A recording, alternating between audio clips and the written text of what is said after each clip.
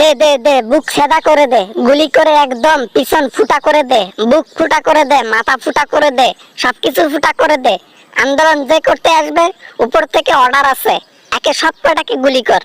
উপর থেকে যারা বসে বসে আপনাদেরকে অর্ডার দিচ্ছে আর তামাশা দেখতেছে না, তাদের আসলে মা একজন, বাবা অন্তপক্ষে 20 থেকে 25 জন, যার কারণে এরকম গুলি করার অর্ডার দেয় সাধারণ জনগণকে। ইমোশনাল কথাবার্তা বলে কোনো লাভ হবে না। আমরা ফোর্সের লোক, আমরা ডিফেন্সের লোক, আমাদের মধ্যে কোনো ইমোশন নাই।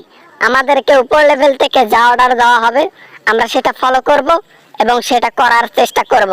এখানে বাধা কেউ দিতে পারবে না। ইমোশনের গোষ্ঠী মারি পুলিশকে আসলে গণধোলাই করার দরকার। পুলিশ এমন জাড়ুয়া মার্কা লোক, এদেরকে আসলে আসল জনধোলাই দিয়ে তারপর দেশ থেকে বিদায় করার দরকার। এরা তো কিছু পারবে না, শুধু ওই রাবার বুলেট ছুঁড়ে মানুষকে আহত নিহত করতেই পারবে। আমাদের এখানে কোনো দোষ নাই, সব দোষ আমাদের উপর লেভেলের স্যারদের। তাদের কথা মতোই আমরা চলি। চাকরি নিয়েছি সরকারি, সরকারের কথা যদি না শুনি তাহলে কি চাকরি থাকবে?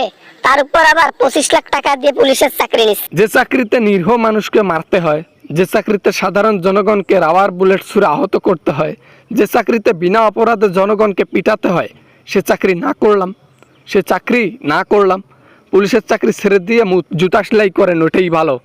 আমি জুতা সেলাই করতে পারবো না, আমি রাবার বুলেট ছুটতে পারবো, আমি এগুলা করতে পারবো না, আমার দ্বারা হবে না। আমার গোষ্ঠী ডিফেন্সের চাকরি ভালোবাসে, আমি ডিফেন্সের চাকরি করব, ঠিক আছে?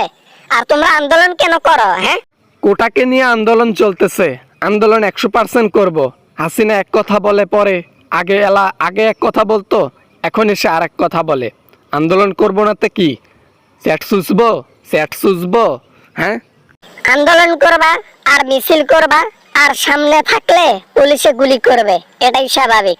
আমাদেরকে সরাসরি বলা আছে আন্দোলন দেখলেই গুলি মার, গুলি মেরে নিহত করা আহত করা এগুলা দেখার সময় নেই, পুরোপুরি অর্ডার রয়েছে। ওই তো ওই সব অফিসারের একটা মা আর 20টা 25টা করে বাবা সবাইকে দিয়ে বেড়াইছিল। সব বীজ একত্র হয়ে তারপর ওই সার পয়দা হয়েছে, যার কারণে এইসব অর্ডার দেয় আর কি। হায় হায়, কি বলে? ভাইয়ের মাথা খারাপ হইলো নাকি বুঝলাম না। যা তা বলতেছেন দেখি। হ্যাঁ, আর তো সহ্যই করতে পারতেছি না। খুঁজে কিন্তু অ্যারেস্ট করবো, অ্যারেস্ট করে রিমান্ডে নেব বলে দিলাম।